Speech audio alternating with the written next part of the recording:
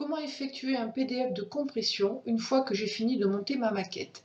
Dans InDesign, Exporter, je nomme mon fichier professionnellement. Je choisis Type Adobe PDF Impression, Enregistrer. Une fenêtre de dialogue s'ouvre et j'ai la possibilité de sélectionner différentes versions d'Acrobat.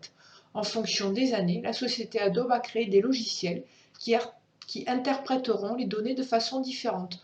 D'après mes souvenirs, Acrobat 6 va par exemple poser des problèmes d'engraissage de tracés, de lignes. Acrobat 7 encodera difficilement les ombres portées. Vous le verrez très vite à l'affichage.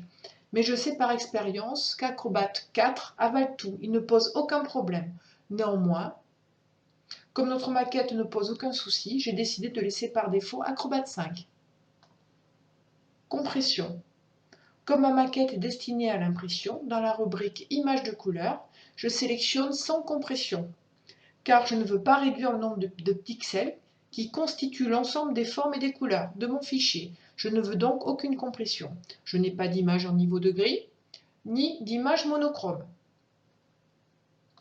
Repères et fond perdu, je coche trait de coupe. Je rentre 3 mm de fond perdu, car j'ai décidé de réaliser un pli dans ma maquette qui sera situé à l'extérieur des bords perdus. Ainsi, 3 mm. Sorti. Je vais sélectionner mon profil colorimétrique, donc convertir vers la destination, conserver les numéros. Destination, comme nous sommes en Europe, je vais sélectionner Euroscale Coated.